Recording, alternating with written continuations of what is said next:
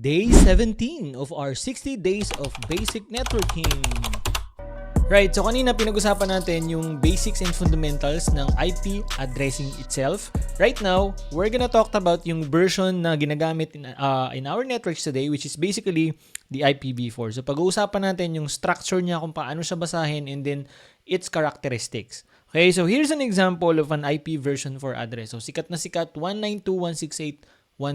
So probably if you're using a home router right now, iyan yung default gateway nyo or yung pinaka-address ng router nyo in your network.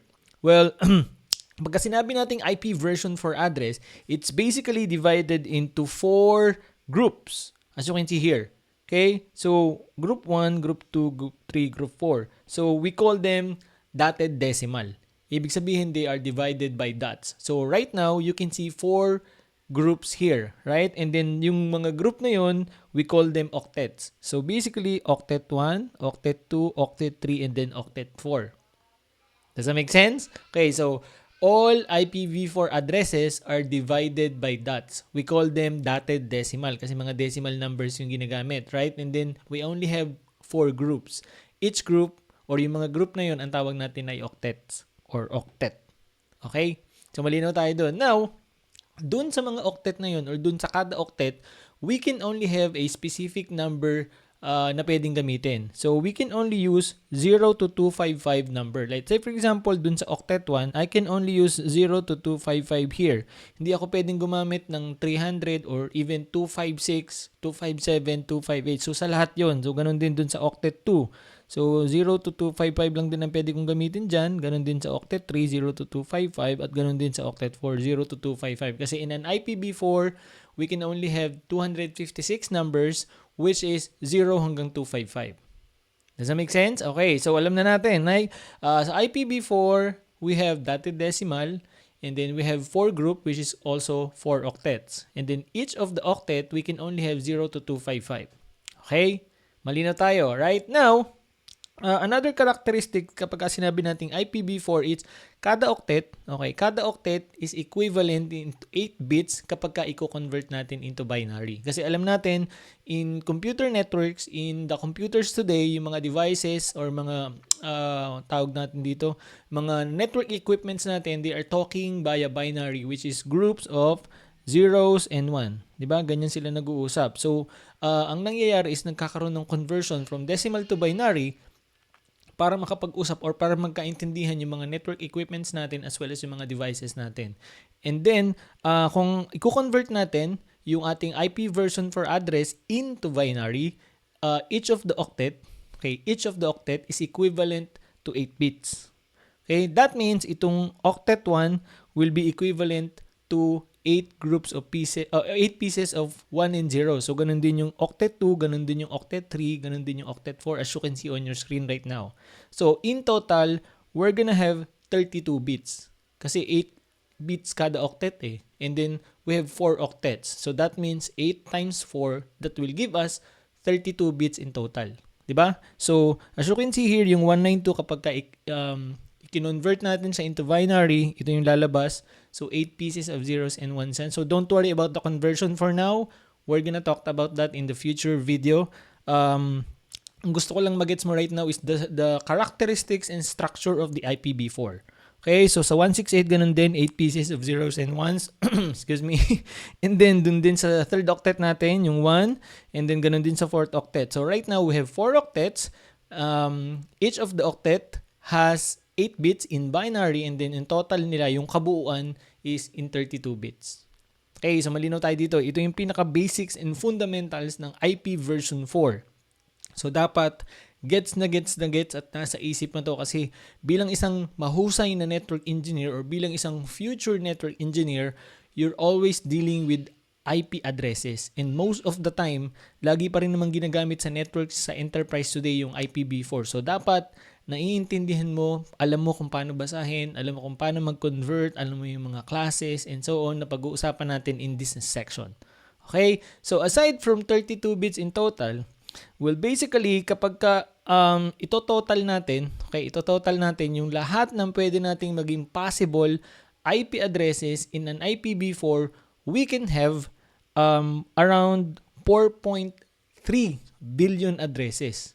Kasi we have 32 bits, diba? So basically, we can compute using 2 raised to 32. That will give us around 4.3 billion addresses in an IPv4. So ito yung tinatawag natin na IP version 4 space. Okay, so lahat ng possible addresses na pwede nating mapiga or makuha sa IP version 4. Kaya lang, even though sabihin na natin, sir, napakadami naman nun, 4.3 billion addresses. Right? Well, kinukulang or actually kulang na rin. There's a shortage of IP version 4 right now. Kasi imagine, ang users ng Facebook is more than 2 billion. Hey, Billy here. I hope you are getting value or at least getting refreshed dito sa mga basic and fundamental concepts natin sa networking kahit pa paano. Okay, now, I'd like to invite you in our free and live webinar na gagawin natin this coming Friday, alas 12 ng tanghali, February 21, ngayong Biyernes na, kung saan ang pag-uusapan naman natin this time is all about how to get started in cybersecurity for beginners only. Okay, so mali na tayo, for beginners only. So if you're already expert or someone who's already working in the cybersecurity space, hindi to para sa'yo. Pero kung wala ka namang gagawin, you can join and share your insights or help me answer questions dun sa mga mag-a-attend na baguhan. Okay, so ang goal natin dito is to help you understand ano yung mga pwede mong gawin, ano yung best stepping stone kung paano ka magsisimula sa cybersecurity space. So pag-uusapan natin ano yung mga ideal skills na mainam mo munang matutunan if you want to go with cybersecurity industry, ano yung mga ideal entry-level certifications, ano yung mga kailangan mong malaman, and why now is the best time to enter or to go into cybersecurity industry, and so much more.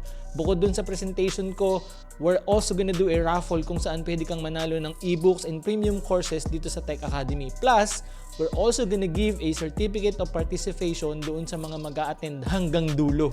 Ika nga. Okay, so all you have to do is just register to techacademy.ph/webinar.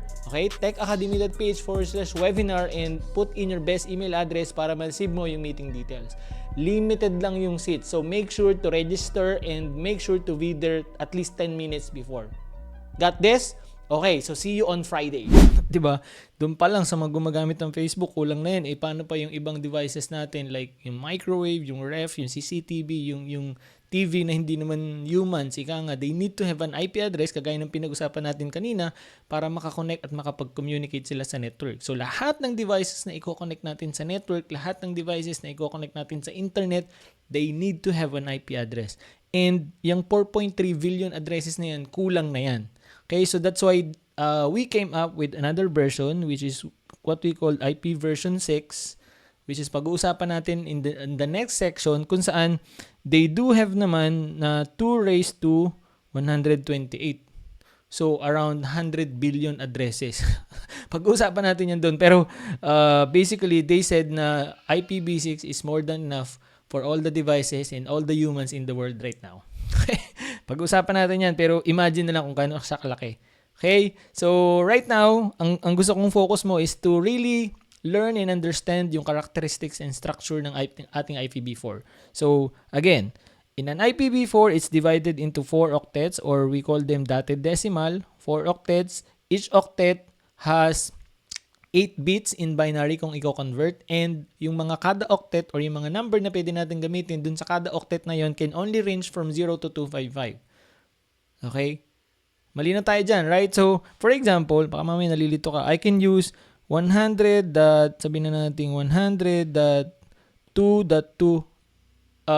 as an example. So, that's basically an IP version for address. Pero, hindi ko pwedeng gamitin yung 300, for example, that 100.1.1 kasi yung 300 that's basically out of the range ng 0 to 255, right? So again, ang pwede mo lang gamitin na decimal number in each of the octet is 0 hanggang 255.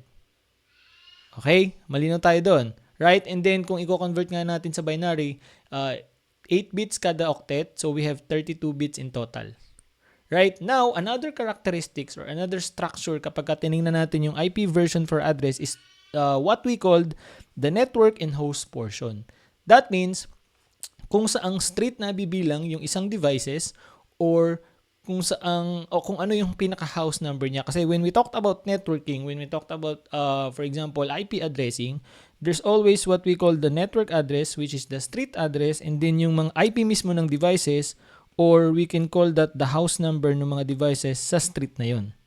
Right? So basically yung street address is basically the network address, and then yung house number is basically yung host address or host portion kung saan ito yung mga IP addresses ng mga devices natin mismo. Right? So, make sure you really understand and learn this by heart kasi ito yung pinaka-fundamental ng IP addressing. Okay? So, this will give you a lot of understanding about networks. Right? Now, paano natin malalaman kung ano yung network address, ano yung host portion, or ano yung mismong mga possible host addresses or house number in that specific IP address?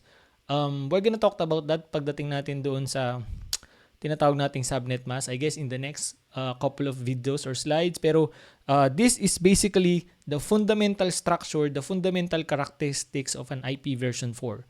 Okay? So again, make sure you really understand this. Right? Malinaw tayo dito. Okay? So mamaya I'm gonna show you an example of an IPv4 dito sa mga devices na ginagamit namin sa bahay, how they are being, kumbaga, how they are laid out, how they get the IP address, and the basic, kumbaga, composition kung paano itong mga pinag-usapan natin dito sa slide or dito sa video na ito really applies in the real world. Pero for now, I hope you now understand the fundamental characteristics and structure of an IP version 4.